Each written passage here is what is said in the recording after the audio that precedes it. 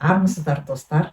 Тема сегодняшнего урока – как сказать «я уже продал». Для этого, как в предыдущем уроке, мы используем глагол «жберу». Но глагол «жберу» здесь используется как вспомогательный глагол, чтобы показать решительные, сделанные до конца и результативные действия. Например, телефонды сатып жібердім. Я уже продала телефон. Бәрін сатып жібердің ба? Ты уже все продал? Қоқысты жағып жібердім. Я уже сожгла мусор. Или же можно сказать, қоқысты өртеп жібердім. Қылмыскерді соттап жіберді.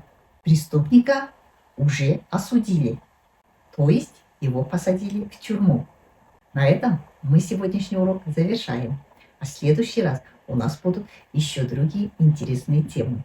Поэтому не пропускайте уроки, подписывайтесь на канал. Келесі кездескенше.